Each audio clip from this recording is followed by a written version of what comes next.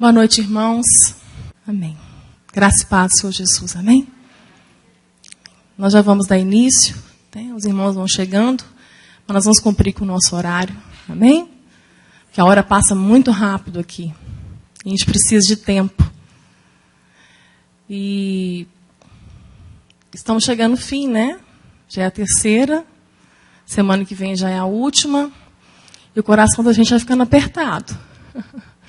Porque nós já amamos vocês, né, que têm participado conosco. Alguns que vão participar pela primeira vez hoje. Mas nós já temos colhido, né, dos frutos do Evangelho, né, do poder do Evangelho na vida de quem acolhe a palavra. Quando o Evangelho ele entra, irmãos, ele cura, ele transforma. Então, nós temos sido participantes dos vales de algumas pessoas que já nos procuraram e têm mantido contato conosco.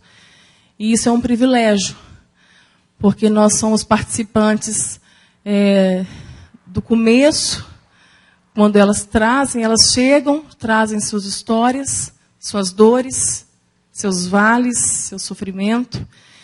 E à medida que o Espírito Santo vai tocando, a palavra que é água vai limpando e vai alinhando a mente, e nós vamos vendo a transformação, nós vamos vendo a cura acontecendo, e cada vez mais comprovando aquilo que eu já tenho falado, né, por onde nós temos pregado o Evangelho, que nosso Pai, nosso Deus Pai, não está preocupado em resolver nossos problemas.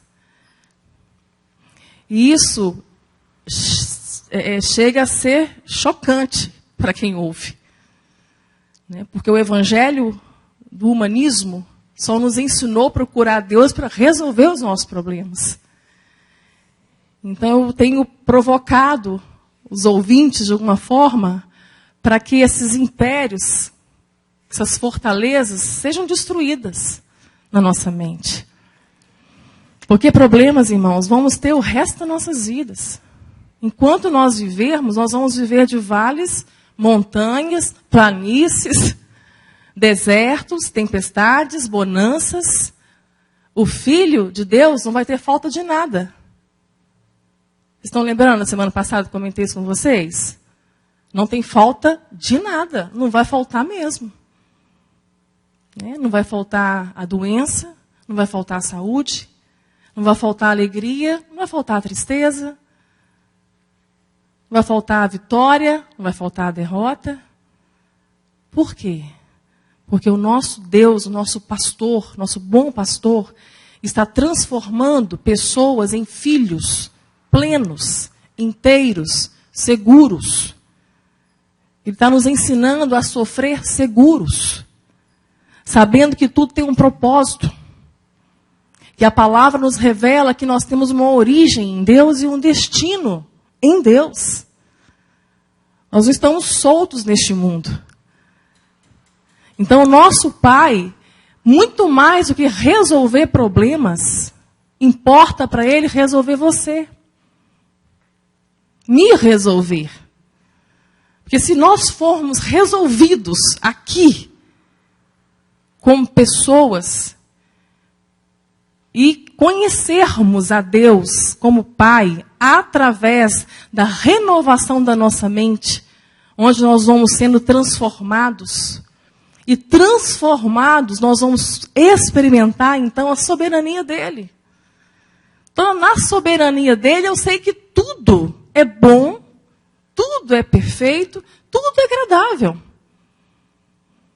Ainda que doa. E o sofrimento, ele é intransferível, irmãos. Ele é intransferível, muitas vezes inexplicável também. Só que nele nós podemos descansar. Então foi no Evangelho de Cristo que eu consegui, que eu aprendi a contentar-me com tudo. De tudo que eu passei, temos passado eu e Ariston nessa jornada, Né? Na última semana, terça-feira que vem, nós vamos dar o testemunho. É muito rico. Experiência só tem valor, irmãos. Experiências que nós passamos por elas só vão ter valor na nossa vida se a palavra de Deus for aplicada a nós. Senão a experiência vai passar de experiência. O milagre não vai passar de milagre. Não vai ter valor nenhum. Porque milagre não transforma. Milagre não faz nada por você, a não ser edificar a sua fé. Deveria fortalecer a sua fé. Mas às vezes nem isso acontece. A gente conhece uma turma aí que viveu o milagre por 40 anos no deserto. Comeu o milagre, vestiu o milagre, calçou o milagre. Milagre de noite. Mas eles não conheceram a Deus. Morreram no deserto. Pela incredulidade deles. Então, se a experiência não trouxer uma aplicação na minha vida da palavra de Deus, ela vai passar. Como estava conversando agora, fui tomar água, e uma irmã comentou, Marcela, está sendo muito bom para nós. Esses terças-feiras, né, ouvir a palavra. Nós temos passado por um vale financeiro difícil, e nós temos aprendido a descansar. Eu falei, glória a Deus. Porque nós temos que aprender a descansar mesmo. Principalmente quando se fala em finança. Finança e saúde, gente.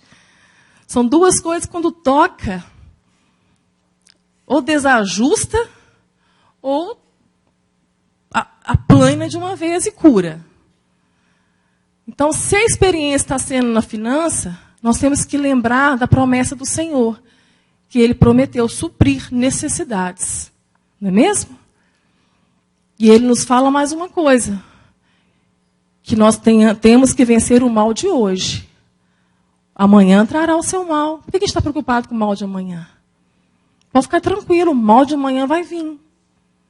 O que Deus quer nos ensinar é o mal de hoje. É vencer o mal de hoje. Cada dia trará o seu mal. E Deus quer nos fazer como Davi, como fez com o rei Davi. Davi se tornou especialista em dias maus. Um dia ele foi defender as ovelhas do pai dele e do urso. Ele matou o urso. Mas com certeza ele não chegou inteiro em casa, né? Ter chegado bem machucado, bem ferido, bem arranhado. Mas isso trouxe para ele uma convicção. Que na força do Senhor ele podia. Depois veio o leão. Ele matou o leão. Não sei qual a ordem, qual que veio primeiro, tá? Mas se viesse para nós, a gente ia mandar o leão para a cova, onde estava o Daniel, e se viesse o urso para nós, a gente ia mandar para Eliseu. Mas a gente não quer na nossa vida a luta. A gente não quer, a gente foge do sofrimento. Mas ela está para nós. Assim como o ouro está para o fogo. Nós estamos para a tribulação, queridos. E ele venceu o leão. Da mesma forma. Quando veio o gigante, Davi já estava especialista. Ele já sabia que ele podia vencer o dia mau. Ele já conhecia o Deus que dava a vitória para ele. Ele já sabia que não era ele. Só de saber que não somos nós, já tira uma carga pesada de nossos ombros, né? Só de saber que não sou eu que vou vencer nesse vale, mas é a força do Senhor na minha vida, isso já é o suficiente para nos dar a coragem que a gente precisa. Então nós temos visto que Deus está fazendo isso aqui. Né? Pessoas que estão sendo transformadas na mente. Ainda que a situação continue a mesma. A condição não. A condição Deus está transformando. E a nossa condição sendo transformada, a situação a gente muda ela, queridos. A gente muda ela. Não só nós que estamos aqui em comunhão, ouvindo e partilhando da palavra, do pão, mas pessoas estão ouvindo essa palavra e vão ouvir essa também. E estão ouvindo as que já foram publicadas. E Deus tem feito uma obra também na vida deles. Nós temos acompanhado um jovem, eu e Ariston, que ele tem sérias dificuldades na vida dele. E esse jovem, ele ouviu da semana passada. E quando eu falei na semana passada que muitas vezes nós estamos usando mecanismos de fuga, porque essa é a nossa natureza adâmica, de fugir. Fugir do enfrentamento das nossas verdades. Nós fugimos das nossas verdades. Nos auto-sabotamos. Isso vai gerar muita doença em nós. Tanto na alma quanto no corpo. E como fugimos? Aí eu dei alguns exemplos. Dei exemplo de pessoas que fogem na pornografia. Pessoas que fogem na masturbação e na pornografia. Pessoas que fogem no consumismo. Tentam se satisfazer, tentam esconder a verdade, buscar uma satisfação nas coisas que compra. Coisas que nem usa, nem vai usar, mas está lá. Consumismo. Outros fogem da dependência emocional, o medo da solidão. Faça que o outro se apegue no outro de uma forma, né, a carência, que eu falo que é um dos piores cânceres que existe no mundo. Responsável pelas piores decisões que possamos tomar por conta da carência. E ela tem poder de destruir nossas vidas. Porque é um desajuste muito grande um filho de Deus ser carente. Porque em Deus não há falta de nada. Amém?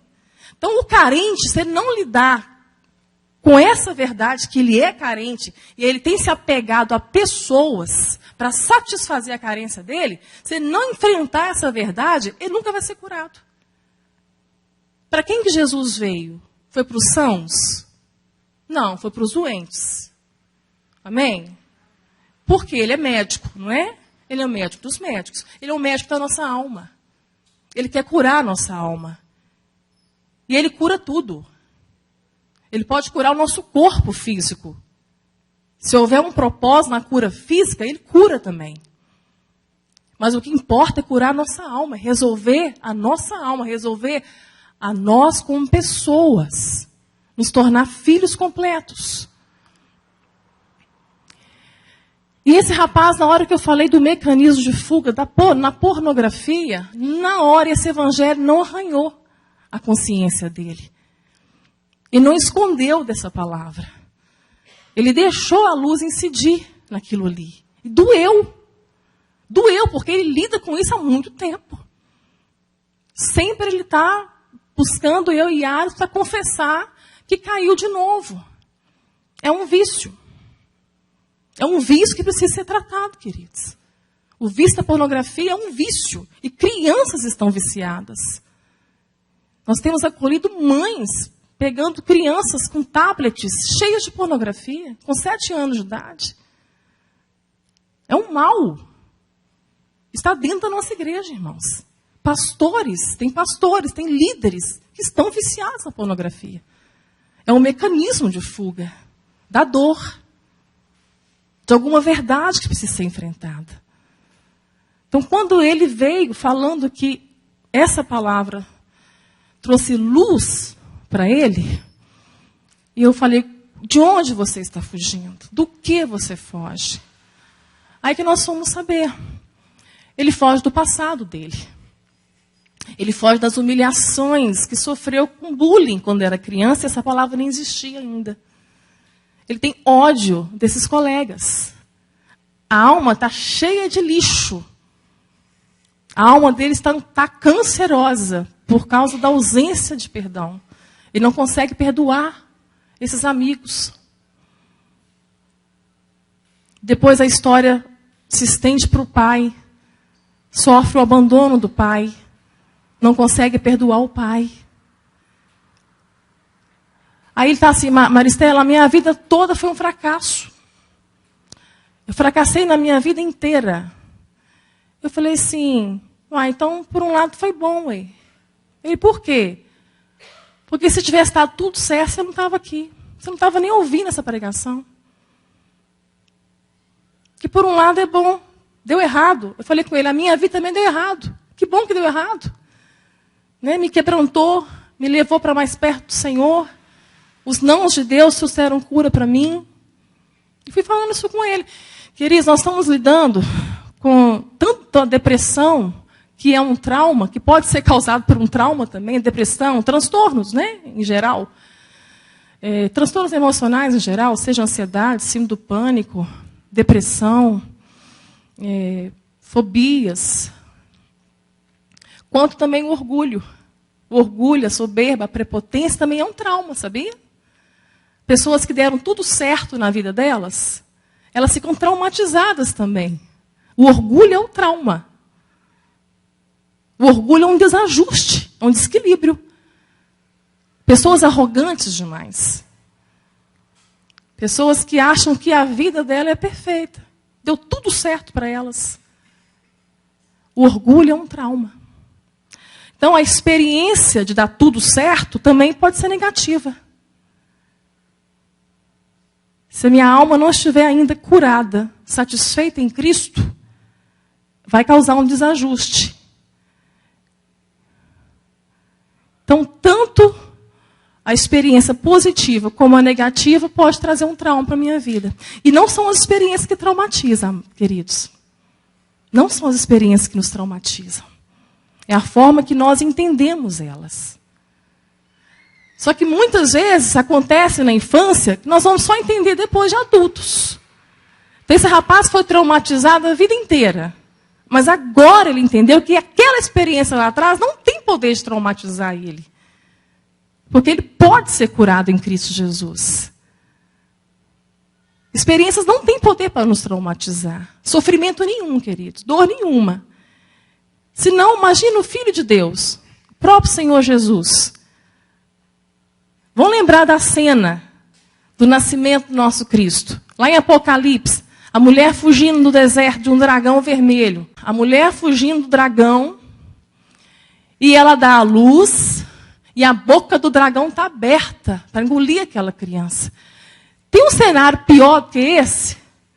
Para o Filho de Deus nascer, queridos? Jesus era para ter sido uma criança traumatizada.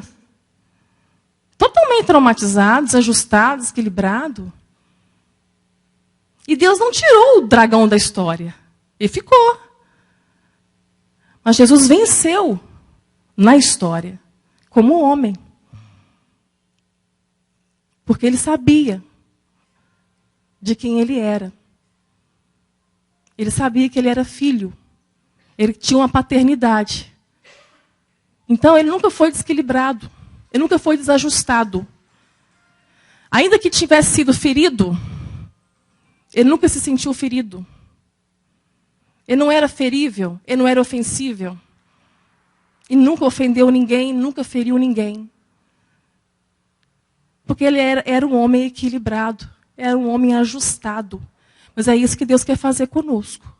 É a mesma coisa. Então, toda a experiência que nós passamos não é para nos traumatizar, queridos. É para nos fazer filhos. É para nos tornar mais parecidos com Ele, imagem e semelhança de quem Ele é.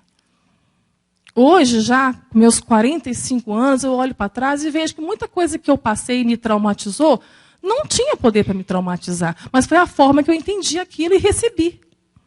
A forma que eu recebo. A forma que eu compreendo aquilo. Então precisamos ser curados. Os nossos olhos precisam ser bons. Se os nossos olhos forem bons, a candeia do corpo são os olhos. O que são os olhos?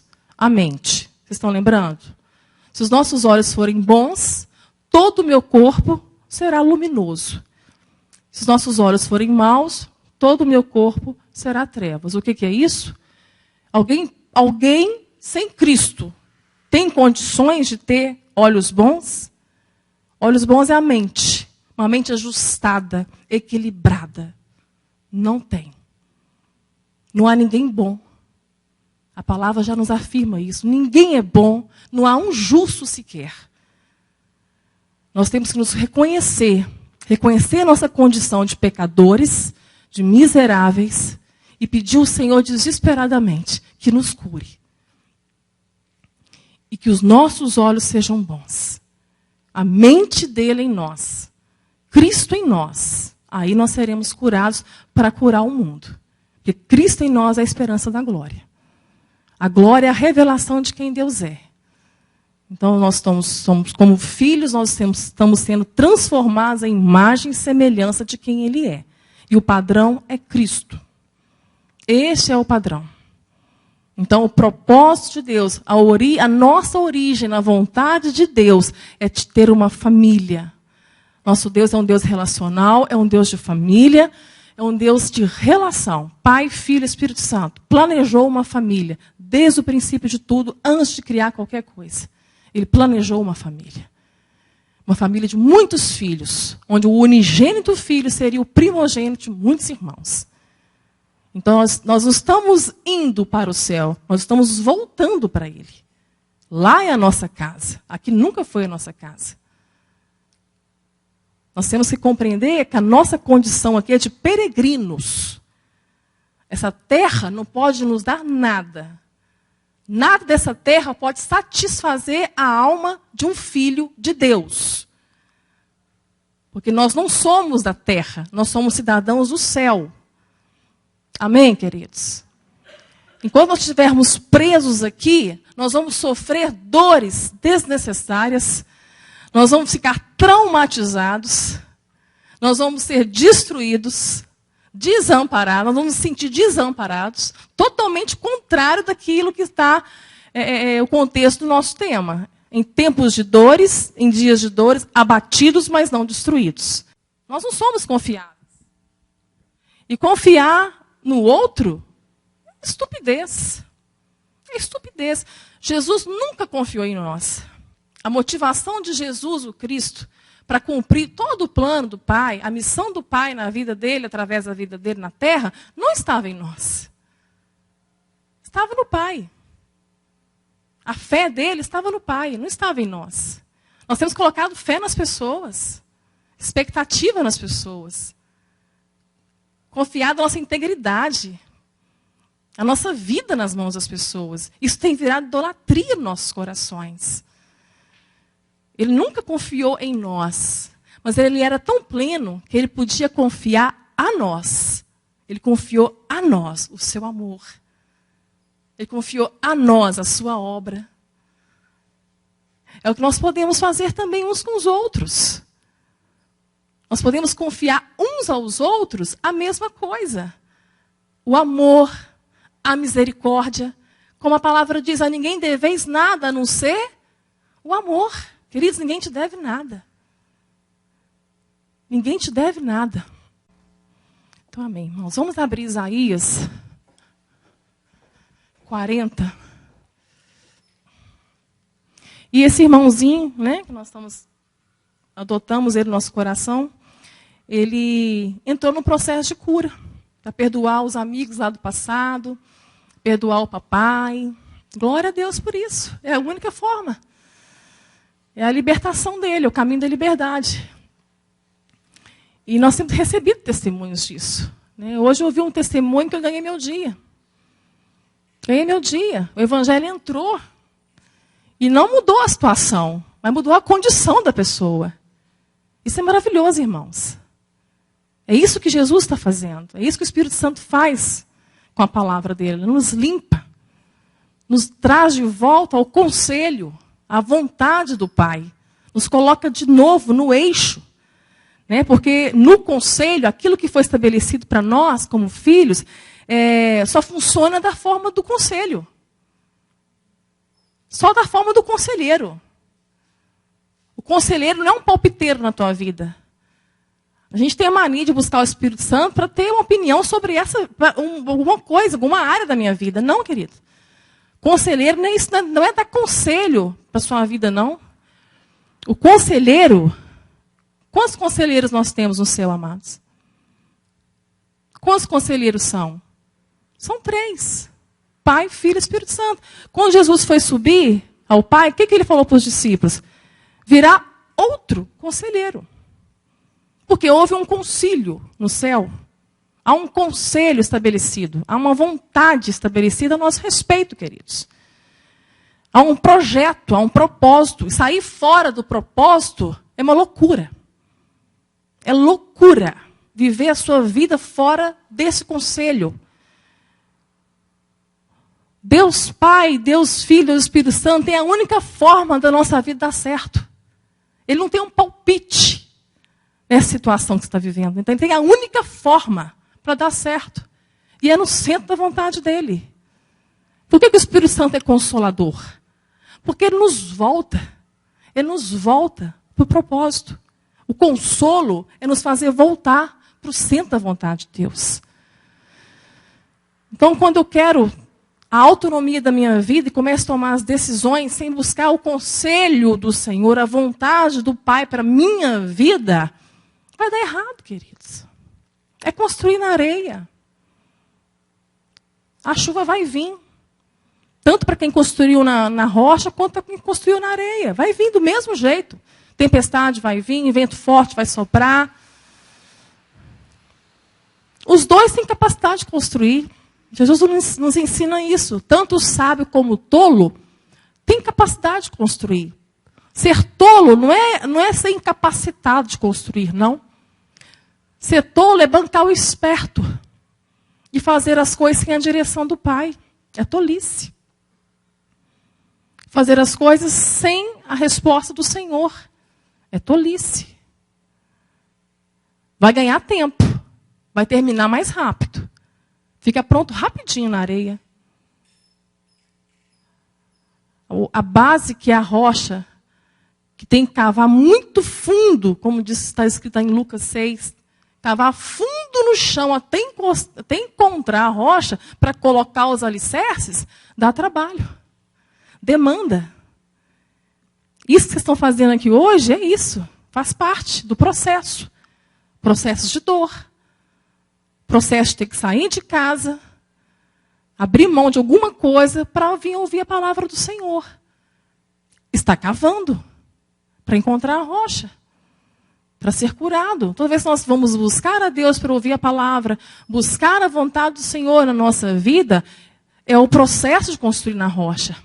Aí vai aprender que demanda de santidade, demanda de obediência, demanda de renúncia, demanda de morte. De perder a sua vida aqui. Mas constrói na rocha. A tempestade vem, a casa não cai.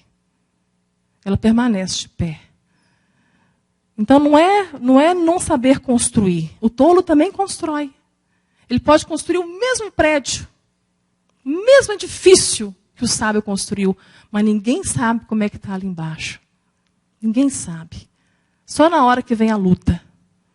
Na hora que vem as provações, essas pessoas desmoronam. Não tem alicerce nenhum em Cristo. A palavra não entrou no coração. O evangelho não está aqui dentro. Igual eu fiz semana passada, eu gosto de provocar isso também. Eu li vários textos bíblicos sem abrir a Bíblia. Né? Nós comentamos de vários textos bíblicos. Perguntei se isso estava incomodando vocês. Porque eu creio que vai chegar um tempo, queridos, na grande tribulação, que nós vamos ter Bíblia, não. Elas talvez serão confiscadas, né, Mário? E aí? O evangelho vai estar dentro do seu coração? Você tem memorizado, pelo menos, alguns textos bíblicos para ser a sua comida? É isso, irmãos. Eu posso ler isso aqui 30 vezes, 50 vezes, e não trazer nenhuma transformação na minha vida? O evangelho tem que entrar no meu coração. Ele tem que alinhar a minha mente, os meus pensamentos, à vontade do Pai. Se isso acontece, então ele está fazendo efeito. Né? Essa espada afiada está causando algo maravilhoso, uma obra maravilhosa. E amém. Isaías 40. Olha que texto maravilhoso. A partir do verso 3. Voz do que clama no deserto, preparai o caminho do Senhor, endireitai no ermo vereda a nosso Deus. Todo vale será exaltado, e todo monte e todo outeiro serão abatidos. E o que está torcido se endireitará, e o que é áspero se aplanará. Vou ler de novo. 4. Todo vale será exaltado. Todo monte e todo outeiro serão abatidos. E o que está torcido se endireitará. E o que é áspero se aplainará. Isso é uma promessa que precedeu a vinda do nosso Cristo, do seu Espírito, e de tudo que viria através disso.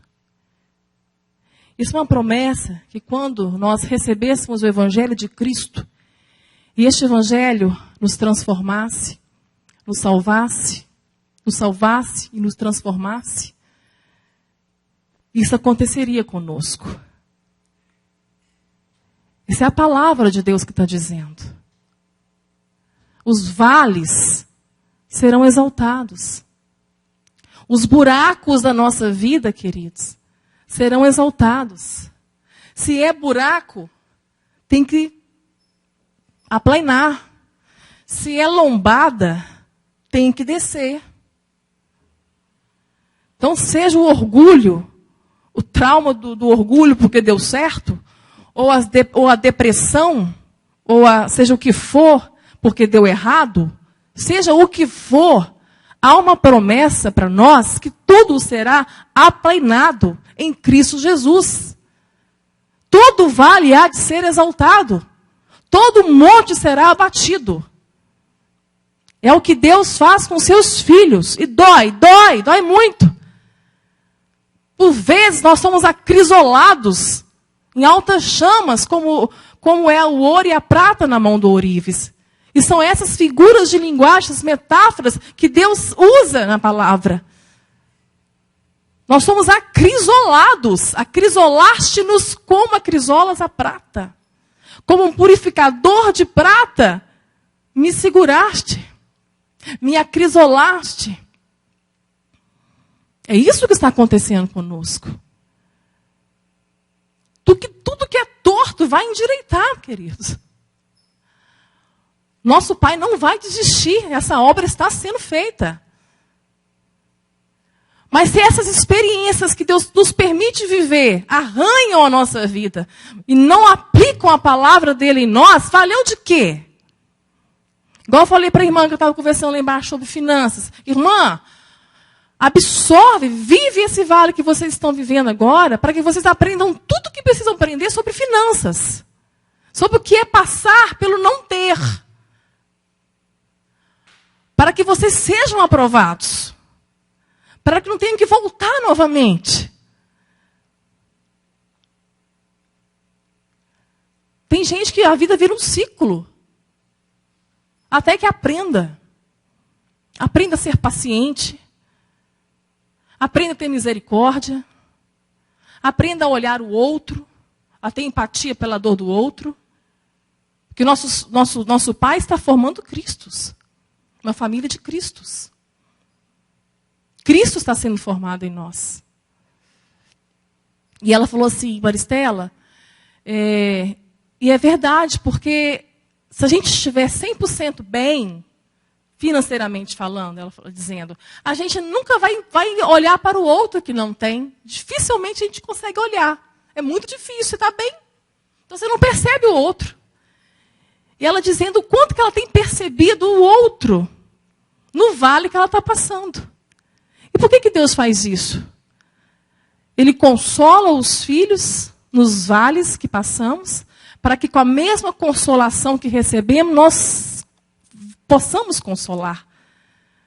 Na minha consolação, eu fui consolada. Na minha consolação, que eu fui consolada, eu posso consolar.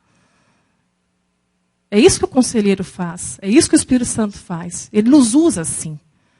Esse é o propósito de Deus.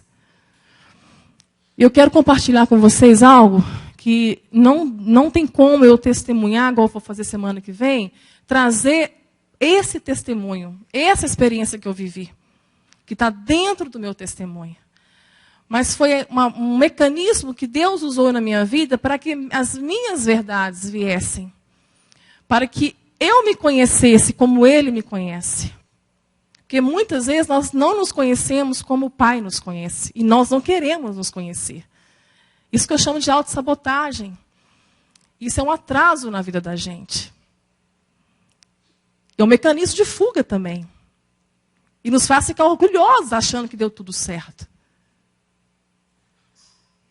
Então, desde o começo, né, os meus vales, e o mais notório que eu estou vivendo, eu e Aris, minha casa, há 15 anos, que é a questão do câncer, que foi uma ação direta da graça de Deus mesmo para nos curar. Eu falo que através do câncer, nós estamos sendo curados de muitos cânceres, que eu nem imaginava que eu tinha, que Aris nem sonhava que tinha. Só que as nossas verdades têm vindo através dos vales que nós estamos atravessando. Então, quando veio o câncer, Deus começou, então, uma desconstrução muito grande na minha vida. Eu tinha uma lombada.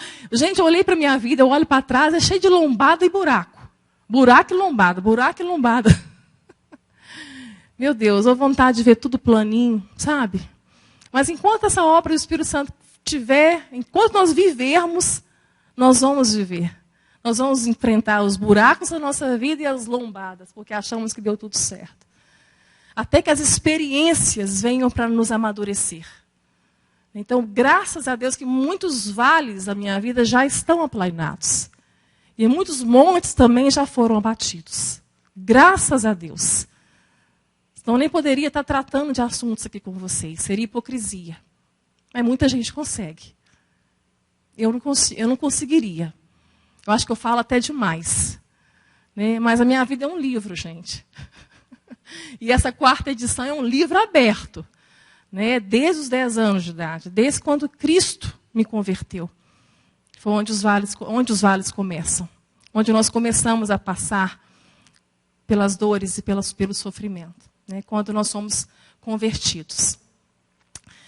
Só que Deus, assim como fez com o povo dele, lá em Oséias 13, acho que é Oséias 13, deixa eu confirmar aqui, que ele fala assim, em terra seca, no deserto eu te conheci, em terra muito seca. Ele está falando isso para o povo de Israel. Oséias 13, 5. Eu os conheci no deserto, em terra muito seca. É para onde Deus nos leva, justamente para o deserto. Ele levou, assim como Oséias também ele fala, eu te levei para o deserto, Israel, para que voltes a me chamar de marido, porque tens chamado Baal de seu marido.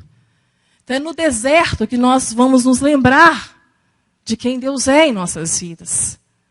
Então a dor ela tem um propósito. Como eu disse em relação a Cristo, Hebreus 5, a dor que Jesus padeceu o ensinou a obediência. A dor está atrelada à obediência. Foi no deserto que o povo de Israel soube como Deus o via. Um povo obstinado, um povo temoso, um povo de ânimo dobre. Enquanto tinha pão, eles comiam e estavam satisfeitos. Mas quando faltava quando não tinham o que eles queriam, eles se abatiam. Moisés subiu para o Monte Sinai para trazer a revelação do Pai, de Deus. Demorou 40 dias. Eles já construíram um bezerro de ouro para adorar. Em outra ocasião, quando Moisés estava com o rosto iluminado, o temor deles voltava. Outra hora, eles estavam tratando o maná, que é a tipologia do pão do céu, que é Cristo, trataram como um pão vil, algo desprezível. Deus teve que mandar serpentes ardentes no deserto para ensinar o povo que aquilo não era um pão desprezível. Então foi no deserto que esse povo viu como ele era. E Deus faz conosco a mesma coisa, irmãos. Porque Ele quer nos curar. Ele quer nos tratar. E a experiência que foi muito significativa na minha vida, que não tem como, em momento nenhum, na verdade, pelo que eu me lembro, acho que foi só no lançamento do primeiro livro, em 2011, que eu trouxe essa experiência. Depois, acho que nunca mais.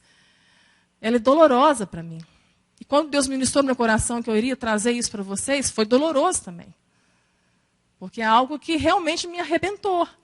E reescrever o livro agora, depois de 10 anos, essa história, por onde eu vou passar por ela agora, foi nas chamas, foi no fogo mesmo. Porque eu não tinha percebido algo a respeito disso que Deus trouxe agora. Deus trouxe agora. O que realmente, de fato, aconteceu lá atrás. Assim é a nossa vida. Nós não tenhamos medo, amados, de andar com o espelho à nossa frente, para que sejamos curados naquilo que devemos ser curados. Porque o espelho está na nossa frente. Paulo diz que nós não podemos ser como Moisés. Moisés, quando estava com o rosto brilhante, estava tudo bem. Ele estava com uma lombada enorme. Quando ele percebeu que a luz era transitória, que isso significava que a glória do Senhor era transitória, hoje não é mais, o Espírito Santo está em nós, é permanente, é como a luz da aurora, que vai brilhando, brilhando até o dia perfeito. Mas não, lá atrás não, era transitória. Era só sombra do que viria ainda. Quando ele percebia que a luz ia embora, ele colocava o véu. Por que ele colocava o véu? O maior ministério do Antigo Testamento, o profeta Moisés, ele mesmo. E Paulo fala, nós não podemos ser como Moisés. Como assim? Dissimulados. Dissimulados. Que ele queria mostrar para o arraial dos crentes que a glória ainda estava sobre ele. Mas já tinha ido embora. Era só quando ele entrava na presença do Senhor. Só quando ele estava na presença do Senhor. E Paulo fala que muitos ainda estão com o véu no coração. Com o coração endurecido. Vivendo uma religiosidade. Não se olham no espelho. Não são tratados.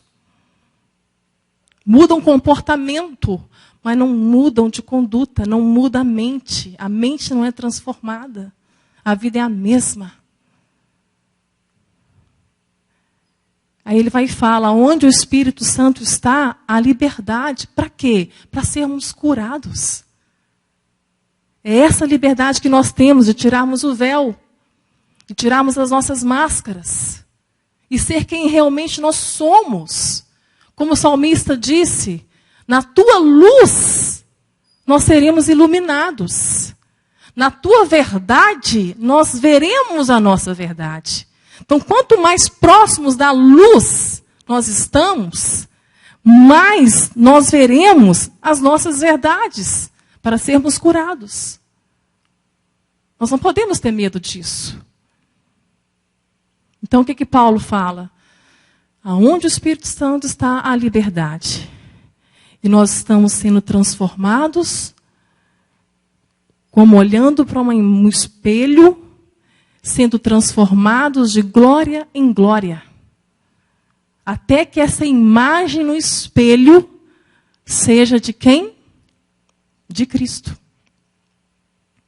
De Cristo. Essa é a proposta do Evangelho. E andar com o espelho na nossa frente é muito difícil. E nós temos a mania de colocar o espelho na frente do outro. É o outro que tem que ser transformado, é o outro que tem que ser curado, é o outro que tem que ser tratado, eu não. Isso é uma baita de uma lombada, irmãos. Seja qual for a condição que estamos, Ele está aqui para nos curar. E o que me alegra o coração, eu e Aris temos nos alegrado muito, é ver que essa cura está acontecendo. O Evangelho tem feito isso, a despeito de nós. Quando eu cheguei no 3º câncer, eu já estava resolvida com Deus da cura, com o Deus do poder, com o Deus de milagres, com o Deus do impossível, e Ele não muda. Ele não sabe mudar. Um dos atributos do nosso Deus é imutável. Ele é imutável. Então, quando eu cheguei no 3º, em menos de 5 anos, um câncer agressivo, dos cânceres cerebrais, o mais agressivo, o mais maligno, progressivo, infiltrativo. Eu já sabia que este Deus do poder não iria me curar. Eu já tinha consciência de um projeto em andamento. Ele já tinha revelado que havia um projeto na enfermidade. Até entender que o projeto na enfermidade seria pregar com a enfermidade, foi muito difícil. Crises existenciais, crises de fé. Foi muito difícil. Mas quando eu cheguei na consciência que mesmo Ele sendo Deus de tudo isso, Ele não me curaria, eu descansei. Aparentemente, para mim, estava tudo muito bem resolvido. Só que eu continuava pedindo a Deus a cura. Mas não era mais para mim. Eu pedi a cura. Pode colocar a foto, pastor Jean? Eu pedi a cura para minha mãe. Essa mulher maravilhosa ali. Uma serva do Senhor, um exemplo para mim. Eu falo que se eu tiver uma unha da minha mãe, eu estou muito satisfeita. Porque ela nos deixou um legado, uma herança maravilhosa. E era minha melhor amiga. É com ela que eu contava, é com ela que eu compartilhava, é ela que intercedia por mim, ela é mãe de joelho mesmo, filha de pé, em toda a minha vida. A minha mãe não suportava ver a sentença que eu estava debaixo dela. Sentença que a cada 3 meses vinha numa imagem de ressonância. A cada 3 meses, nós tínhamos que lidar, nos deparar e enfrentar um câncer. O 3º câncer, que não tinha como abrir a cabeça para tirar. Não tinha mais possibilidade de abrir a cabeça de novo. Já tinha aberto 2 vezes. Então o 3º ficou. E eu sabia que o 3º ficaria. Deus não falou até quanto tempo. Não disse nada disso para mim. Me ensinou a viver um dia por vez. Me ensinou a viver pela fé. Me ensinou aquilo que não precisa ter câncer para aprender, gente. Que está escrito na palavra de Deus. Cada dia traz o seu mal. Vença o mal de hoje. O dia de amanhã, igual eu conversei com a irmã de novo, né? Eu lembrei de outra coisa que eu falei com ela. Você tem quantos filhos? Eu tenho 2. Seus filhos te acordam de madrugada para te perguntar se eles vão comer alguma coisa amanhã? Não. Por quê? Ela deu um sorriso. Porque eles sabem. Eles sabem que nós vamos prover. Amém. É filhos assim que o nosso Pai quer. Foi isso que Ele me ensinou. A duras penas, irmãos. A duras penas, a cada 3 meses, era entrar na chama. Era entrar no fogo de Deus mesmo, sem saber que resultado teria. Por 1 ano e 11 meses, o resultado era só os 2 buracos, onde foi extirpado os 2 primeiros tumores. Por 1 ano e 11 meses, eu tive que lidar também com toda a ansiedade que é gerada em torno disso. O que vai acontecer a cada 3 meses? E no final de 1 ano e 11 meses de remissão da doença, veio o 3º. E o 3º dessa forma. Pai me tirando das mãos da medicina. Me permitiu usar até a última tecnologia de ponta que tinha. E o nome dele foi glorificado. Através da medicina. Através de todo o tratamento. E estar viva hoje é um milagre. É um milagre. Do último, do 3º até hoje, são 11 anos. 11 anos se passaram. Então, em 2009, eu já sabia, já tinha o terceiro, já sabia que o papai não curaria.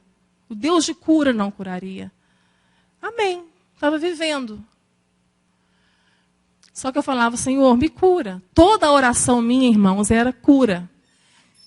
Eu comecei a focar tanto na cura, que ela virou também uma idolatria no meu coração, sem eu perceber.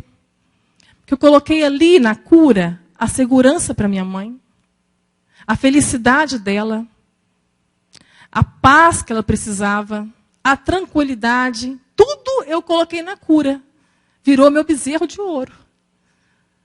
Eu ia abrir a boca para orar, a primeira coisa que eu falava, Senhor, me cura. Limpa a minha ressonância, para daqui 3 meses a minha mãe veja um outro resultado. Eu li um livro que o nome dele é Como Deus Cura a Dor. Ele fala que as pessoas que têm medo, um excessivo medo da morte, elas não conseguem viver. E perder o medo da morte nos torna livres para abraçar a vida. E é verdade. Eu estava conseguindo fazer isso. Eu estava enfrentando todo o medo da morte. Mas eu não tinha ainda estrutura total por causa da minha mãe. A minha mãe não conseguia enfrentar. O meu pai já estava resolvido também comigo. Ariston, as crianças. Estava todo mundo já aprendendo a viver pela fé um dia por vez. Sem pensar em morte. Porque qualquer um de nós aqui, com doença ou sem doença, nós não sabemos o dia de amanhã, nós, queridos. Muita gente não acordou hoje e não tem câncer. Se eu estiver nessa perspectiva de perder o medo da morte para viver a vida que Deus tem para nós. E entender que pela palavra, aqueles que estão em Cristo nunca morrerão. Nunca morrerão. E foi um exercício que eu também aprendi, que se eu acordar aqui amanhã, Deus acorda comigo. Se eu não acordar aqui amanhã, eu acordo com Ele. É nessa perspectiva. Isso nos dá segurança. A minha mãe não tinha condições de entender isso. Acho que é mãe, né? Mãe. Mãe queria me tomar o meu lugar para ela. No dia que eu voltei para casa, na primeira cirurgia, na cadeira de rodas, sem andar, com uma sentença também que eu não andaria, eu tive que lidar deitada na cama, imóvel, paralítica, com a minha mãe chorando, batendo na cama. Por que eu? Por que não foi eu? Por que foi ela?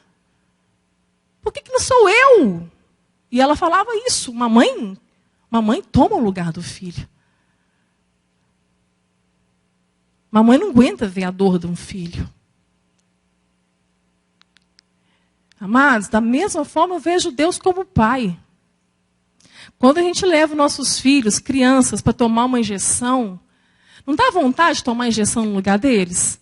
Dá vontade de falar assim, não precisa não, dá o braço da gente para... Mas se a gente fizer isso, o que vai acontecer? Vai haver cura para essa criança? Nunca. Quantas vezes, amados, a disciplina dói mais no pai do que no filho? Quantas vezes Deus tem que nos disciplinar? E a dor que isso traz ao coração do nosso pai. Porque Ele ama. E a palavra de Deus fala que o nosso pai, Ele disciplina o filho que ama. Nós que somos maus, sentimos isso, quanto mais o nosso Deus, que é perfeito e é um pai perfeito. Então minha mãe queria me tomar um lugar. Então em 2009, propriamente no mês de agosto, a minha oração era só a cura, e nisso eu atribuí a cura o poder de solução de todos os problemas da minha mãe. E da minha tranquilidade de ver ela bem. Senhor me cura, Deus me cura, Deus me cura. Um dia eu ouvi uma palavra sobre oração eficaz. O pastor disse que é uma oração eficaz, a oração que atinge o centro da vontade de Deus. Essa oração é eficaz. Uma oração eficaz é uma oração respondida, porque ela é respondida segundo a vontade de Deus, e não aquilo que nós queremos. Então, foi uma oração eficaz. Por isso, de tudo que os apóstolos viram Jesus fazendo, eles pediram uma coisa só para que eles aprendessem. Ensina-nos a orar. A oração, amados, é o segredo de tudo. Antes de orar, peça ao Espírito Santo que te ensine a orar. Te ensine a orar. Então, quando o pastor terminou aquela palavra, ele convidou a igreja a ficar de joelhos e que cada um fizesse uma oração eficaz. Qual foi a oração que eu fui fazer? A reza de sempre. Só que seria a última vez. Seria a última vez. Porque na hora que eu ajoelhei, antes que eu falasse, e nosso Pai nos conhece antes que haja palavra, antes que falemos alguma coisa, Ele já nos conhece. Irmãos, eu ouvi nitidamente a voz dele no meu espírito. Eu ouvi a voz dizendo assim: o que queres?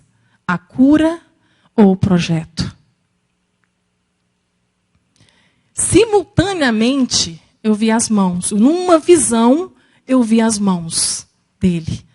Uma mão, eu vi a minha cura. A tão idolatrada, sonhada, desejada cura. Na outra mão, eu vi vidas. Era o projeto. Muitas vidas. Eu não tinha nem noção do que Deus ia fazer comigo e Aristo. Do que estava pela frente. Não tinha nem noção de que projeto é esse. Que seria esse, está sendo, né? Há 8 anos. Então, isso era 2009. Na hora que eu tive a visão e ouvi a voz, eu sabia pelo Espírito qual era a vontade de Deus. Ali não era uma escolha, queridos. Alguém um dia me perguntou, mas por que você não escolheu a cura? Eu falei, meu Deus, chegando em 2009, se eu escolhesse a cura, estava faltando vergonha na minha cara. De tudo que eu já havia vivido com o Senhor, do que Ele já tinha me revelado, o propósito dEle, o projeto dEle. Eu escolhesse a cura, a minha fé seria muito imatura ainda. Ela não teria amadurecido nada. Eu poderia pedir a cura se não estivesse claro na minha vida que Deus não me curaria. Mas estava muito claro na minha vida que este era o projeto dele. Havia um projeto dele em não curar-me. Seria para a glória dele. Mas isso não serve para você se você não tem uma resposta de Deus. Existe uma doença, Ele é o Deus de cura. Então peça a sua cura. Ele pode te curar. Amém? Há um propósito para tudo que Ele faz. E o fim de todo o propósito de uma cura física, eu só vejo um. Um exemplo tão simples, quando Ele cura a sogra de Pedro. Aquela mulher estava enferma, uma febre alta, e precisava dela naquela casa. Ninguém pediu para Ele ir lá curar aquela mulher, mas Ele quis curar. Nem sempre a cura vai depender da fé de alguém. Ele cura até quem não tem fé, se Ele quiser. A fé que te cura é a fé que cura a tua alma. Ele curou aquela mulher. Assim que ela foi restaurada, uma cura instantânea, o que a palavra fala que ela fez? Foi servi-los. Queres ser curado? Há um propósito. Tanto para te curar, como não para curar. Em todo o propósito é para servi-lo. É para que o nome dele seja glorificado. Quer ver uma fé que cura? Que cura que eu estou falando, que importa muito para Deus curar? Eu já falei isso aqui já, então muitos vão responder certinho. Mas é uma pegadinha. Quantos leprosos Jesus curou? 10. 10 leprosos? 10 foram curados? Quantos foram abençoados? Um só. Certinho. A gente tem a tendência de pensar que os 10 foram abençoados. Mas abençoado não é a bênção não é a dádiva. A cura é uma dádiva. Dádiva é um benefício. A bênção não é aquilo que você tem. É quem você se torna. Seja uma bênção. Foi isso que Deus falou lá no jardim, desde o início de tudo. Nos deu tudo e nos deu uma ordem. Seja uma bênção. Então é quem você se torna. É quem a bênção te torna. Prova disso que um só voltou. O samaritano. Jesus, o que ele fala para ele? Não foram 10? Onde estão os outros 9? Aí ele vai e diz assim, olha que revelação. A tua fé te salvou. Isso é cura. Os outros 9 estavam fisicamente curados. Mas agora, irremediavelmente condenados.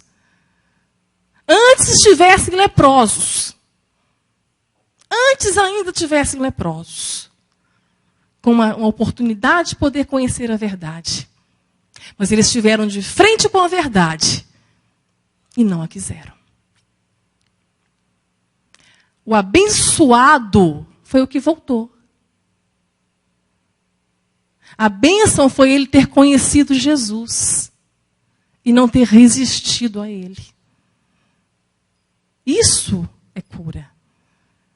Jesus fala, a tua fé te curou. Da mesma forma, aqueles 4 amigos com um paralítico tiveram um trabalhão para enfrentar uma multidão. Jesus dentro daquela casa, ensinando, operando. Eles tiveram que subir pelo telhado daquela casa com aquele paralítico. Pensa na mão de obra. Né? Que amigos maravilhosos. Como nós precisamos de amigos, né? No mínimo 4. Para carregar uma cama, né? Carregar um leito. Pelo menos 4, está ótimo. Glória a Deus, não precisa encher a mão, não. 4 já está bom demais, se puder contar com 4. Tem gente que tem 5.000 amigos no Facebook, não dá para contar com 1. Os 4 pelejaram, atravessaram em cima lá do terraço daquela casa. Diz que a casa tinha essa entrada por cima, nas casas do padrão daquela época. Eles desceram com aquele paralítico. Jesus olha para o paralítico, vê todo o trabalho que foi feito, e Jesus fala o quê? Perdoados estão os teus pecados. E aí? Depois de todo esse trabalho, irmãos, Jesus estava curando a alma dele. Jesus priorizou a alma daquele homem. Tudo que Jesus faz é pedagógico, queridos. Tem um propósito. Tem que causar um barulho na nossa mente. Havia uma doença ali. Mas Jesus olhou para a alma dele e viu uma doença muito pior. E uma doença eterna, se não fosse curada. Perdoados estão os teus pecados. Os fariseus lá dentro começaram a pensar, quem é este? Quem é este? Quem ele pensa que é? Para perdoar pecados. Só Deus pode perdoar pecados. Mas não é isso que Jesus é? Jesus sabia dos pensamentos deles. Jesus, sabendo dos pensamentos deles, ele fala assim, para que vocês saibam que o Filho do Homem tem poder para perdoar pecados, levanta e anda. Uma cura secundária. Secundária. Hoje, irmãos, eu olho para trás, de tudo que nós já passamos, eu agradeço a Deus pela doença. Ela me foi melhor do que a saúde. Trouxe cura para a minha vida. Trouxe cura para a minha alma. Essa doença não me atemoriza. Atemorizava minha mãe. Quando eu levantei da oração eficaz, depois de tudo aquilo que eu ouvi, o que queres? Não era uma escolha, queridos. A forma operante, o modo operante de Deus é o mesmo. Vai mudar as circunstâncias. Eu estou trazendo aqui uma experiência minha, mas na sua vida é a mesma coisa. Você também está diante da mesma pergunta. O que você quer? E não é uma escolha. Na verdade, Deus está nos dando uma consciência que devemos ter diante da soberania dele. Se eu escolhesse a cura, eu não seria curada. Porque essa não era a vontade dele. Já estava estabelecido isso na minha vida. Eu viveria frustrada com Deus, com raiva dele. Teria que lidar com outros cânceres muito piores. Mas se ele ainda assim me curasse, que terrível seria. Não viveria nada do que estamos vivendo. Não passaria pelo que passamos para sermos transformados. Teria que sofrer outros danos, talvez. Não veria tantas vidas. Isso não é para glória nossa, não. Seria vanglória. Mas ver o projeto de Deus através das nossas vidas. É isso que acontece quando você também escolhe a vontade de Deus. Deus não vai ser mais o seu Deus fora de você, agindo só a seu favor. Mas quando você entende a vontade, aceita a vontade, se dispõe a estar no centro da vontade dele, ele será um Deus Pai dentro de você e através. Uma obra sendo feita dentro, para que seja feita através. Não pode terminar em nós, amados. Nós somos curados para curar. A graça nos salvou, a fé agora não é mais para nos salvar, não. A fé agora é para salvar o outro. A fé é para o outro. Para que o outro veja Cristo na minha vida. A minha santificação não é para ver Deus, não é para eu ver Deus. Sem santificação ninguém verá Deus. A gente entende que a gente tem que ficar santo para conseguir ver Deus. Mas alguém que seja santo, está em santificação, conseguiu ser santo sem ter visto Deus? Não. Se nós estamos em santificação, estamos andando em santidade, é porque nós vimos Deus. Nós vimos o Filho. Quem vê a mim, vê o Pai. A santificação só vem para aqueles que o Filho foi revelado. A quem Deus escolheu, a quem Deus salvou, a quem Deus converteu. A quem nasceu de novo. A mesma graça que nos salva é a graça que nos santifica. Estamos num processo de santidade agora. Não pode ser diferente. Esse é o progresso da fé. Essa é a caminhada da fé. Ainda que nós venhamos cair, ainda que venhamos pecar, o Senhor vai nos levantar e nós vamos continuar. Nos separando deste mundo, nos tornando cada vez mais perto dele, mais próximo dele, mais parecidos dele. Isso é santificação. Então, sem santificação na minha vida, o outro não pode ver Deus. É isso que o texto está falando. Sem santificação, ninguém verá Deus. Você foi chamado, querido, por Cristo, não é para ir para o céu, não.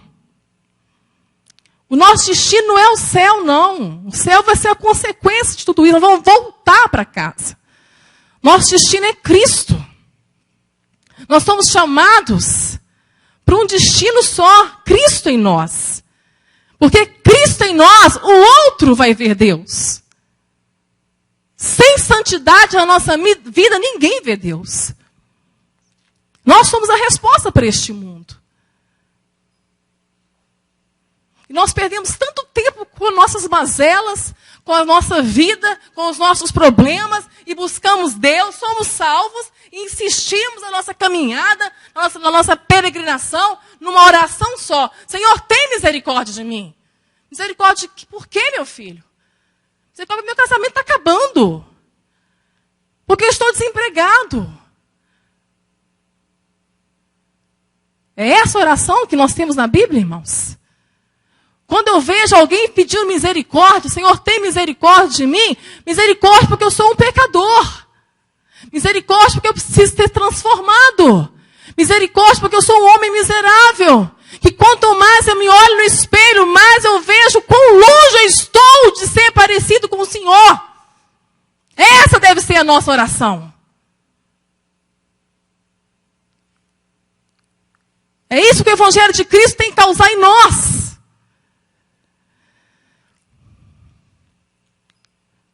Outro evangelho que entra na nossa mente produz outro tipo de oração. É só mesmo você. É você no centro. É a sua vida, são os seus problemas, é o seu sofrimento e o resto que se dane. É por isso que Jesus diz na sua palavra que nos últimos dias a iniquidade ia aumentar tanto que o amor de quase todos vai esfriar. O que é iniquidade? É o contrário de equidade. É o contrário da justiça de Deus. Qual que foi a justiça de Deus? Abrir mão dos seus direitos por amor a nós. Foi isso que o Filho fez. Nós tínhamos direito? Não, essa é a justiça de Deus. Qual que é a justiça de Deus? Ele tirou a nossa capa de transgressão, colocou sobre o Filho. Tirou a sua veste de justiça e colocou sobre nós. Essa é a justiça de Deus. Nós somos justificados por causa deste amor. E qual que é a justiça do homem? Qual que é a nossa justiça própria? É meu, eu não abro mão, é meu direito. Eu mato pelo meu direito. Nós somos o país que mais cresce no número de evangélicos? Somos. Nós somos o país também que mais se mata. O maior índice de homicídios é o Brasil. Por quê? Vai perguntar o homicídio por que ele matou. Porque ele tinha direito. Era meu direito. O direito. Essa é a justiça própria. Então é isso que Jesus está falando, com o aumento da iniquidade. O iníquo não é o ímpio. O homem já é mau, não precisa aumentar mais a impiedade, não. Nós vamos ver mais ainda as atrocidades, né, do ser humano. Mas a iniquidade é o homem se tornar bom demais para ele mesmo. Quanto mais nós nos preocupamos só com a gente, só comigo mesmo, quanto mais eu preocupo só comigo mesmo, menos amor eu tenho pelo outro. É isso que Jesus está falando. O amor de quase todos vai esfriar. Então, quando nós somos chamados, amados, estamos nessa caminhada, essa peregrinação, o Evangelho tem que causar um impacto na nossa vida, de pedir misericórdia para Deus, para nos transformar. Porque uma mãe que pede misericórdia a Deus para salvar o filho, é uma mãe que precisa ser transformada para que o filho veja Cristo nela. Da mesma forma, o cônjuge que pede misericórdia a Deus para salvar o marido, para ela ter uma vida menos doída, menos sofrida, Deus tem que transformar essa mulher para que o cônjuge veja Cristo nela. Então o espelho tem que estar na nossa frente. A caminhada é essa. Olhando para o espelho, até que possamos ver no espelho a imagem de Cristo. É isso que ele está fazendo. Então não era uma escolha. Eu não estava diante de uma escolha. Deus estava despertando, era a minha consciência do que ele já tinha escolhido para mim. Ele escolheu para a minha vida o projeto. Então, pelo Espírito Santo, eu respondi, Senhor, eu quero o projeto. Mas a minha carne gritava pela cura. Gritava pela cura. Mas pelo Espírito, e glória a Deus, que ele faz a vontade dele. É a vontade dele que vai ser sempre soberana. Vai sempre vencer. É a vontade dele. Graças a Deus por isso. Bendita soberania de Deus. Como eu rejeitava a soberania de Deus. Quando eu levantei dessa oração, irmãos, a primeira coisa que me veio à mente, a minha mãe. Sentimento de traição. Traí a minha mãe. Não posso mais pedir a cura. Eu escolhi o projeto. Então, escolher o projeto não tinha mérito nenhum meu. Assim como Pedro acertou em dizer que ele era o Cristo, o Filho de Deus, não tinha nenhum mérito em Pedro. Foi o Pai que tinha revelado isso para ele. E Pedro nem conseguiu entender ainda o que ele estava falando. Não entendeu, ele não era nem convertido. Da mesma forma, quando eu escolhi o projeto, não tinha nem noção do que eu estava fazendo, não. Mas ele opera em nós tanto querer como efetuar. Depois a gente vai entendendo, né? À medida que nós vamos sendo acrisolados, nós vamos amadurecendo. Aí eu levantei e falei assim, Senhor, eu não posso pregar. Eu não posso dar um testemunho desse. Eu não posso pregar num vale de enfermidade. E comecei a falar isso com Deus. Por causa da minha mãe, Senhor. O que eu faço com a minha mãe? Irmão, foi tenso. Foi muito tenso. Porque a gente não quer perder nada. A gente quer a vontade de Deus na nossa vida, desde que eu não tenha que abrir mão de nada. Não é assim? Desde que eu não perca nada. Mas o evangelho não é para ganhar, é para perder. Quem quiser vir após mim, é perder a vida. É perder aquilo que você planejou, aquilo que você projetou. Se for o projeto seu, o mesmo projeto do Pai, vai se cumprir. Porque os planos do Senhor não são frustrados. E ainda que o seu projeto, querido, não seja o dele, sabe de uma coisa. O dele é melhor do que o seu. O dele é perfeito. O dele não tem erro. O dele não tem falha. O que começa em Deus, vai terminar em Deus. O que não começa em Deus, não vai terminar em Deus. Não insista. Bate o pé de uma vez nessa casa que você construiu na areia, joga ela no chão e começa de novo em Deus. Começa em Deus. Porque tudo que se começa em Deus, termina em Deus. É isso que eu tenho aprendido. Construa na rocha. Sofra os processos, mas faça essa casa alicerçada na prática da palavra de Deus. Isso é alicerçar a casa. E é viver na prática os ensinos dele. Não adianta ser ouvinte da palavra. Temos que cumprir a palavra na nossa vida. Ela tem que entrar aqui, ela tem que descer para cá e tem que vir para a minha conduta. Senão o evangelho só arranhou. Ele tem poder para descer e transformar toda a sua conduta. Então, aí vai ser uma santificação de verdade. Porque santificação em quem nunca viu Deus é só mudança de comportamento. É religiosidade. Então, quem viu Deus na revelação do seu Filho, foi salvo por Ele, vai haver uma santificação de verdade. Não é mudança de comportamento, não. É de dentro para fora. Atinge tudo. E o outro vai ver Deus na sua vida. Porque com santificação o outro vê Deus. Vocês entenderam isso? Amém? Passou 15 dias, queridos, que eu tinha feito, que a minha consciência despertou verdadeiramente para a vontade de Deus, que seria uma escolha de um projeto, mas não era uma escolha, já estava estabelecido. Só para vocês entenderem isso melhor. Quando Abraão levanta o cutelo, no limite do cutelo, entre o cutelo e Isaac, um anjo bradou do céu, não bradou? E falou assim, agora eu sei que temes a Deus. Puxa, mas Deus não sabia? Quem precisava saber? Era Abraão. No hebraico, agora eu sei, é na experiência. Você está sabendo que você teme ao Senhor. Então foi nessa experiência que eu fiquei sabendo a vontade estabelecida por Deus na minha vida.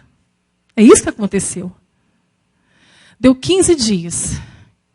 A minha mãe começa a sentir alguns sintomas atípicos. 69 anos de idade, saúde perfeita. Começou a passar mal. Levamos ela tudo indicava que seria um problema na vesícula. Na primeira endoscopia, um câncer na cabeça do pâncreas. Quem conhece a histologia desse câncer vai entender a gravidade do problema. Fomos pegos de surpresa. Todos nós. Mãe não tinha característica, nenhum padrão nenhum para um câncer de pâncreas. Nenhum. Encontrei minha mãe no vale. Eu sabia que Deus poderia curá-la. A doença era gravíssima. Então foram cirurgias, quimioterapia, apenas para dar qualidade de vida. Ela não tinha chance. No caso dela, cada caso é um caso, tá, irmãos? No caso dela, pela medicina, não tinha chance nenhuma. O médico abriu e fechou.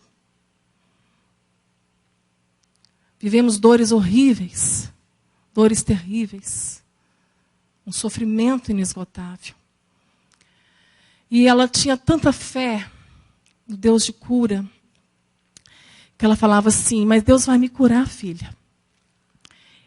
E a imagem, a ressonância que eu vou fazer, eu vou mostrar para o médico que eu não vou ter nada mais lá. É, mamãe, é. Então tá, mamãe, eu também creio nisso. Eu creio também que eu vou fazer uma ressonância e não vou ter mais nada lá. Porque é o que ela queria. Ela disse, vai sim, lindona. Em nome de Jesus, lindona. É assim que ela me chamava. Em nome de Jesus, lindona, você vai ser curado também. Você vai ver, a minha ressonância não vai ter nada. Irmãos, ela pediu, o médico, o pedido de tomografia. E nós ficamos assim, muito preocupados. A médica dela, a doutora Luciana, ficou muito preocupada. O cirurgião dela, porque ela poderia ter uma surpresa pior ainda.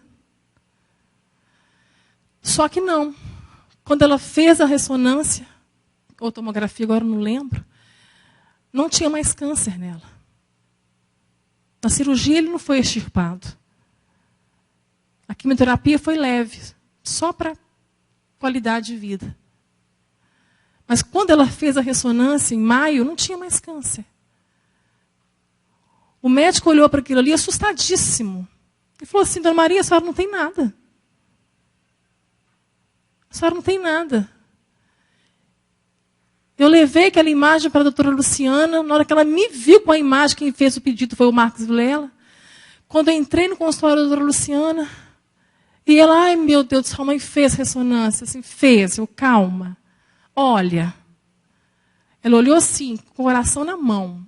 Quando ela olhou, e ela olhou de novo, falou assim, oi Maristela, cadê o câncer? Não tinha nada. Os olhos dela lacrimejaram diante daquele resultado. Já haviam passado 7 meses. Nós demos testemunho da cura, irmãos. 1 mês depois, estava na hora de repetir os exames. O CA, um medidor, né? Tumoral. Quando pegamos o resultado da minha mãe, fomos tranquilos, não tinha câncer mais. Quando nós pegamos aquele resultado, estava altíssimo, altíssimo. E nós ligamos, aí minha irmã já encontrou com o médico, explicou para ele a situação. Ele falou assim, não, mas eu não tinha tumor nenhum na sua mãe. Não tem como esse resultado. Aí ele falou assim, procura a médica dela. Aí eu liguei para a médica, falei com a doutora Luciana o que estava acontecendo. Disse, Maristela, de fato, esse resultado indica que há câncer. Mas aonde? Olha para vocês verem, que mistério, irmãos. Imagina a cabeça da gente. Nós deixamos ela entender aquilo que ela pediu ao Senhor. Ela estava curada.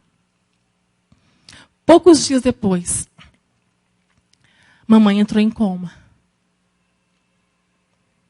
O câncer tinha dado metástase na minha mãe. Mas a minha mãe entrou em coma com a cura que ela pediu a Deus.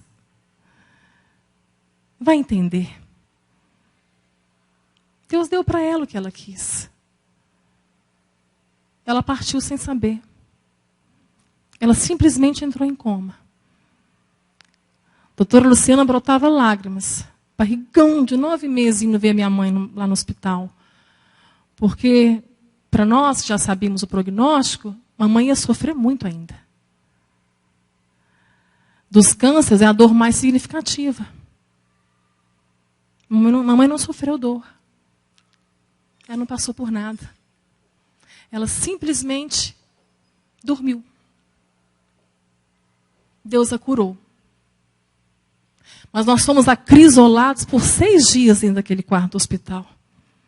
6 dias, eu, meus irmãos e meu pai, sendo curados daquilo que haveria de acontecer. Ela estava salva. Uma bênção de Deus. Minha mãe é uma mulher abençoadora, abençoada e abençoadora. E o Senhor a curou. O Senhor a levou. Irmãos, em seguida, eu entrei por um poço terrível. Eu comecei a pedir a Deus em oração, escondido do Alisson, escondido de toda a minha família. A minha oração assim que sepultamos a minha mãe.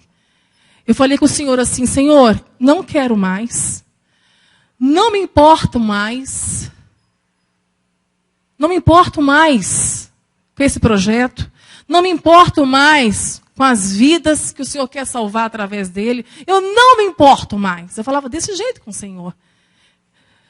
Tira as mãos do meu cérebro, porque eu sei que quem me deixa viver é o Senhor. Deixa a minha doença seguir o curso dela. Deixa, Pai. Me libera. Eu cansei. Estou cansada. Eu não quero mais viver. Eu não me importo mais. Seja qual for a vontade do Senhor, permita-me partir. Essa foi a minha oração, irmãos, por quase 2 meses. Me afastei do Alisson, me afastei das meninas, afastei do meu pai, me afastei de todo mundo. Eu entrei para uma caverna. Irmãos, não me faltava nada. Um casamento bom, filhas abençoadas. Estava tudo sob controle. Mas ainda assim, queridos, nós podemos chegar a isso, a um momento de dor tão grande e desistir. Eu não estava só em uma exaustão emocional, eu não estava só numa exaustão física, mas cheguei numa exaustão espiritual também. Na verdade, as minhas máscaras estavam caindo. O pretexto que eu dava na minha oração era que eu queria ver a minha mãe. Eu queria partir para encontrar a minha mãe. Eu queria estar com a minha mãe.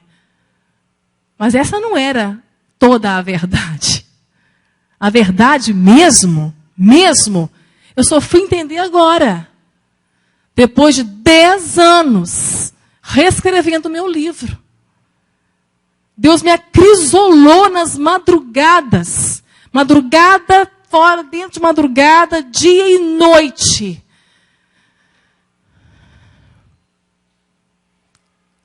Eu estava com raiva de Deus. A minha raiva era justamente da soberania dele. Porque tudo era do jeito dele. E que se eu continuasse a viver, eu teria que estar no centro da vontade dele e obedecer à vontade dele. Eu não queria mais.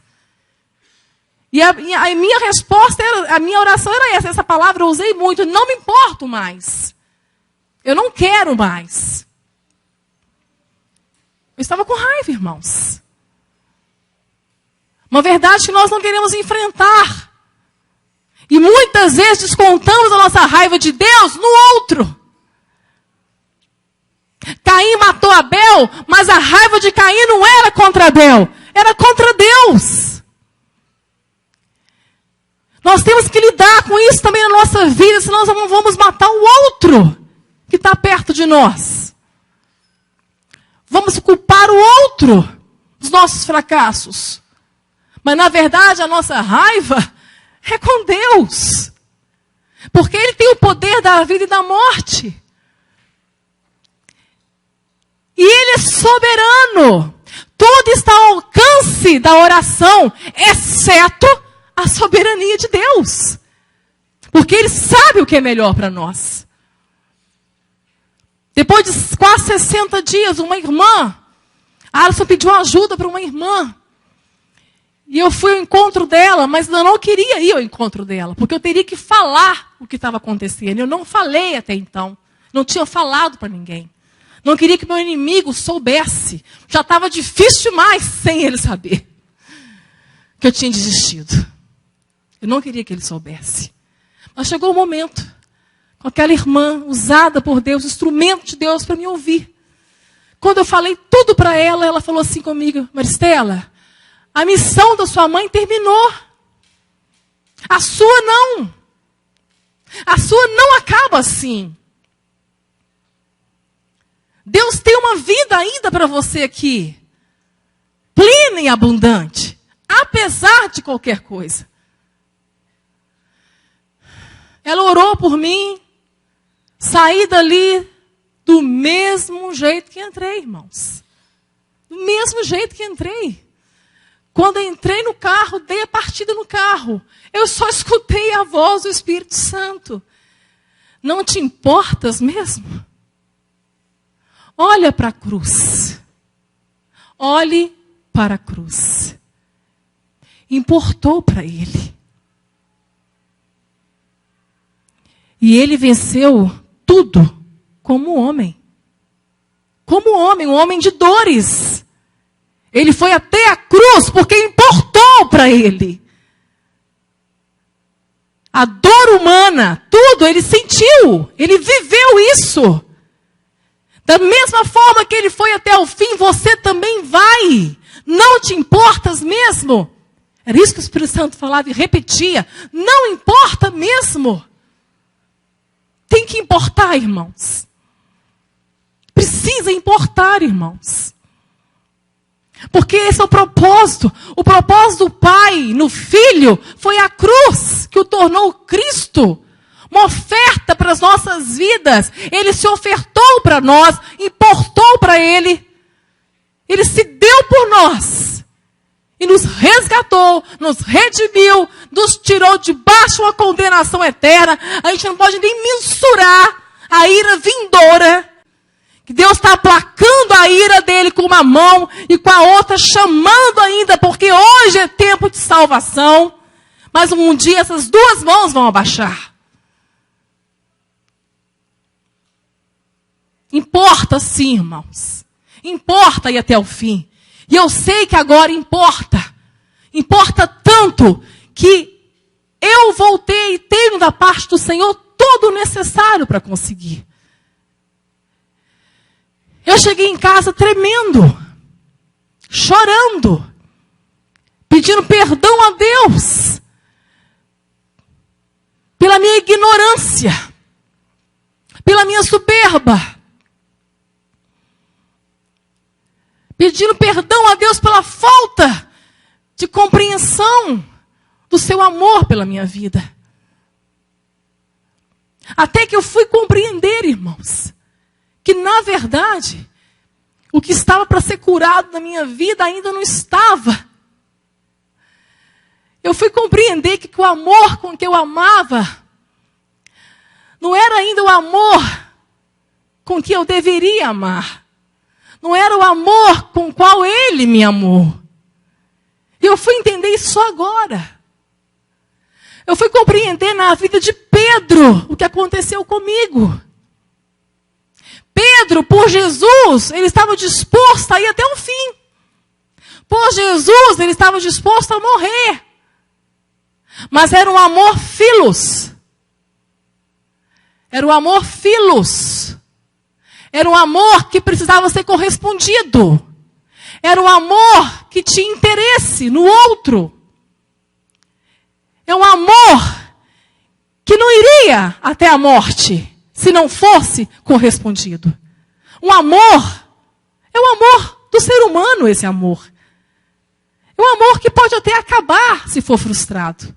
Era este amor que estava no meu coração. Era este amor que eu tinha por Deus. Só que eu não entendia.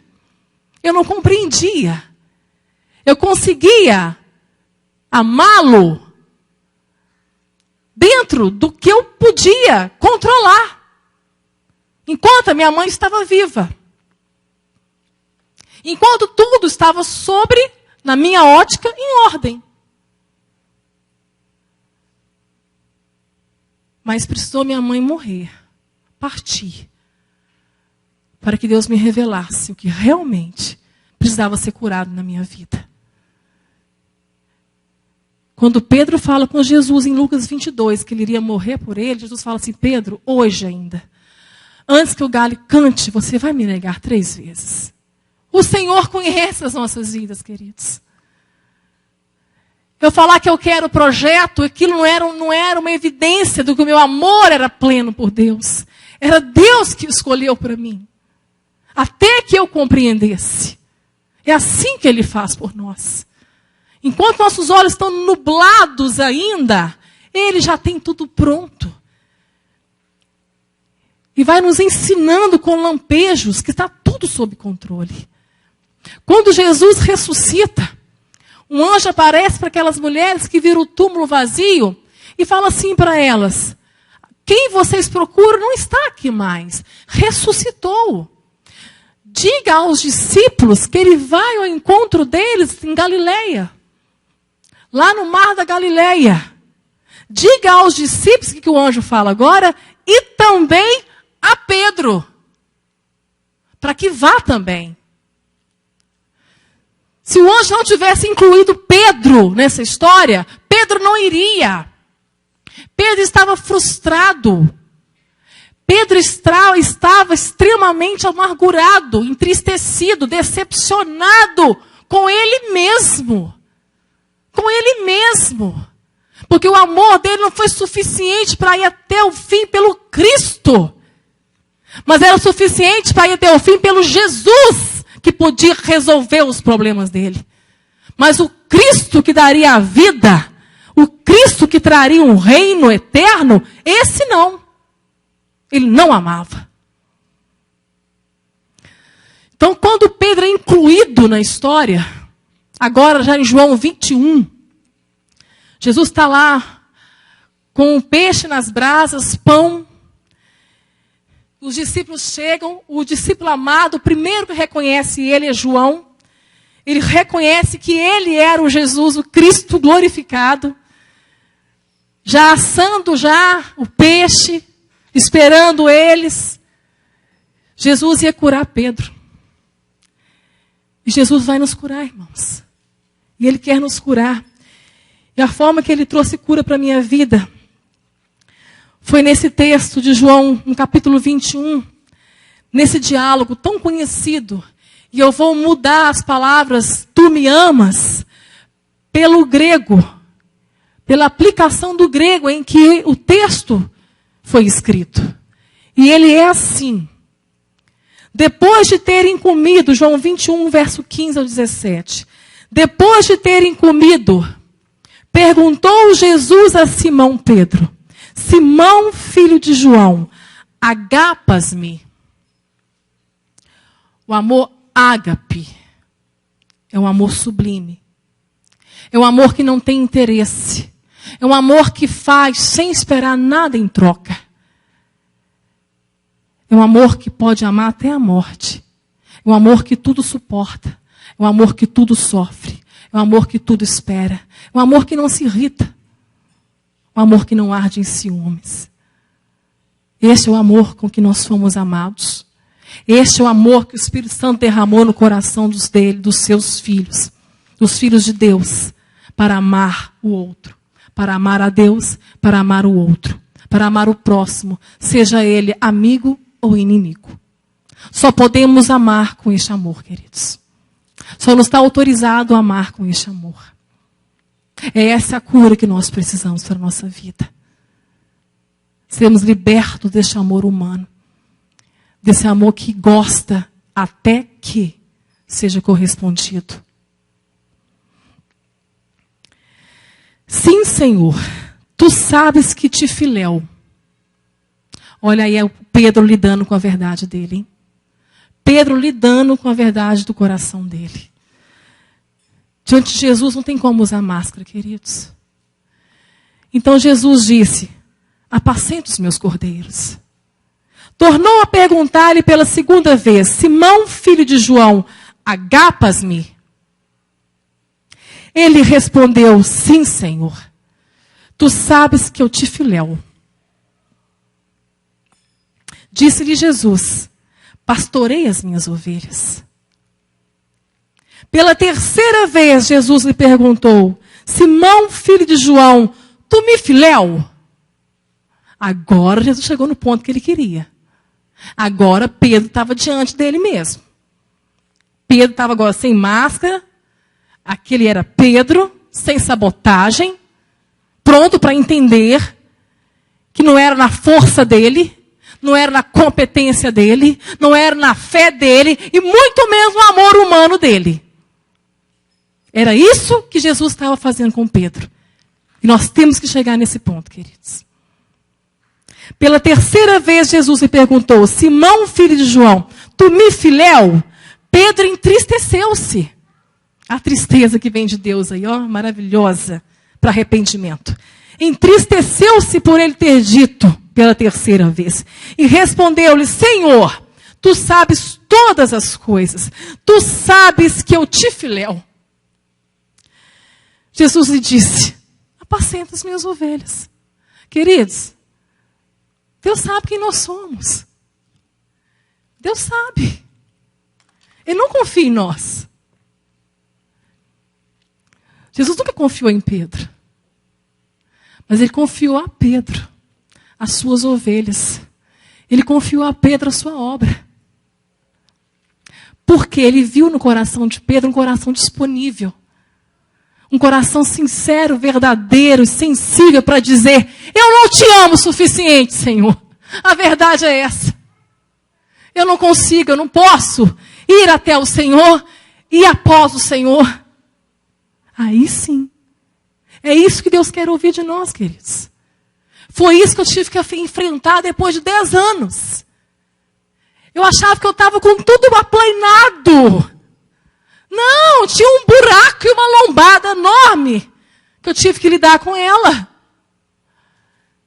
E que eu tenho pedido ao Senhor todos os dias: Senhor, me cura. Cura o meu amor por ti. Que o meu amor seja um amor pleno. Que seja o ágape. Que seja divino. Que seja um amor sublime. Porque só assim eu vou conseguir amar o Senhor. E amar os meus amigos. E amar os meus inimigos. Irmãos, Deus só quer de nós isso. Sensibilidade e disponibilidade para obedecê-lo. Apesar do seu amor. Apesar de você. Amém, queridos?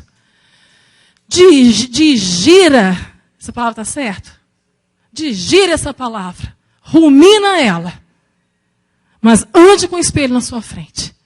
Em nome de Jesus, vamos ter uma igreja curada. Vamos ter uma família sarada. Vamos ser filhos curados. Em nome de Jesus, irmãos. Se está com raiva de Deus, fala para Ele. Ele sabe. Ele conhece. E nada disso vai mudar o amor dele por você. Vamos ter fé neste amor. Vamos ter fé no amor de Deus. Pai, muito obrigado, Senhor, por esse tempo que passamos aqui. Obrigada, meu Deus, porque o que o Senhor tem para nós é melhor do que qualquer coisa. Aplica essa palavra em nossos corações, Pai. Em nome de Jesus. Só um minutinho, irmãos. Pastor Jean, pode colocar. Irmãos, isso aqui é muito desafiador que vocês vão ler. É lindo demais, né, gente? Glória a Deus. Bênção de Deus na minha vida. Mas nada pode ficar entre você e o projeto de Deus. Eu coloquei minha mãe entre eu e a vontade do Pai. O que Deus, nosso Pai, deseja, olha só, de 1608, hein? o que Deus, nosso Pai, deseja é melhor. Quando Ele quer a doença, esta é melhor que a saúde. Quando Ele quer a fraqueza, esta é melhor que a força. Quando quer a pobreza, esta é melhor que a riqueza. Quando quer a repreensão, esta é melhor que a honra. Quando quer a morte, essa é melhor que a vida. Posto que Deus é a própria sabedoria, assim sabe o que é melhor. Sendo Ele a própria bondade, não fará nada daquilo que não for melhor. Portanto, permaneça em silêncio diante do Senhor. Acalma tua alma. Amém? Deus abençoe vocês.